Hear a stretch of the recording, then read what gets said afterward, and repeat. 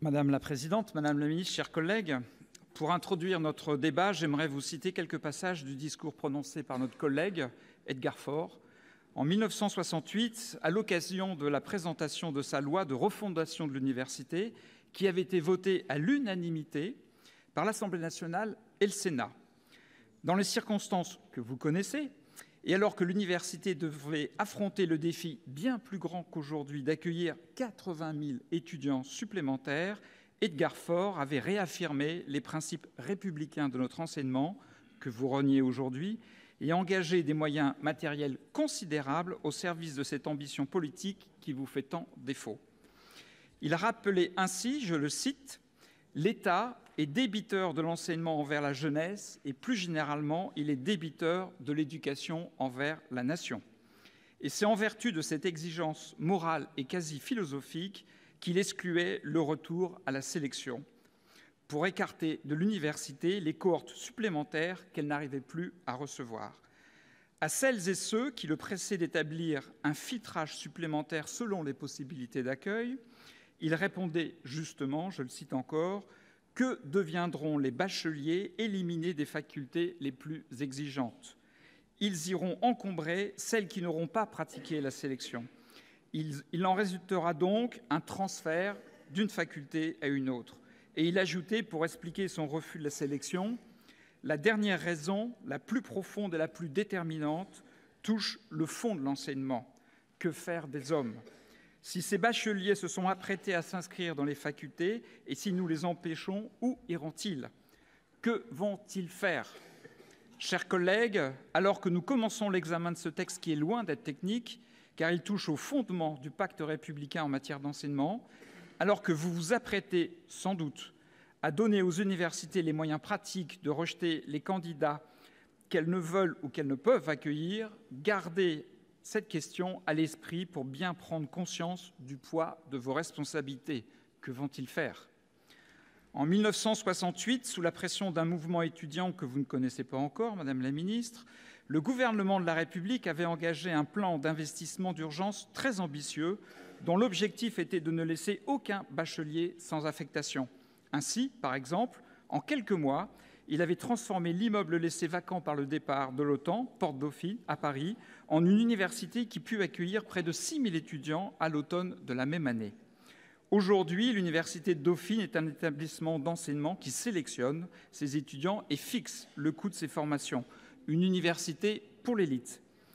Vous me permettrez de voir dans cette reconversion radicale un symbole de la lente et continue dérive de notre système universitaire.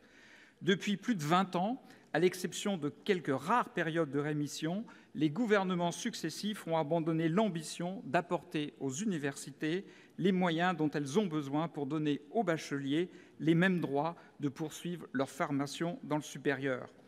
Leur unique dessein comptable fut de gérer la pénurie. Notre système d'enseignement pâtit durement de cet abandon accepté.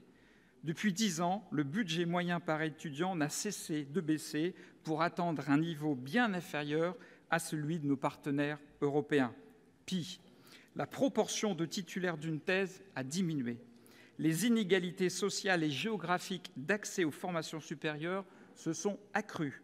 Ainsi, par exemple, 34% des bacheliers de l'Académie de Rouen accèdent à l'université contre 49% dans l'Académie de Paris.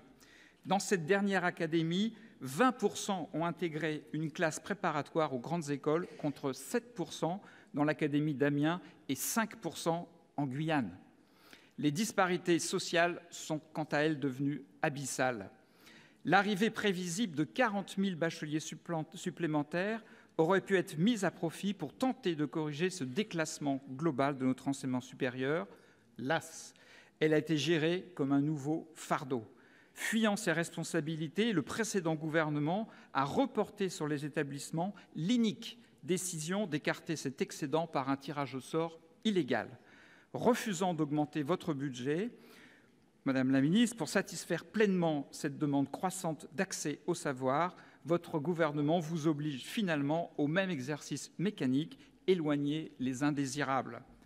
Avec plus d'adresse, ce recours à la sélection, vous ne l'assumez ni politiquement ni matériellement, et vous en rejetez la responsabilité et la charge sur les universités.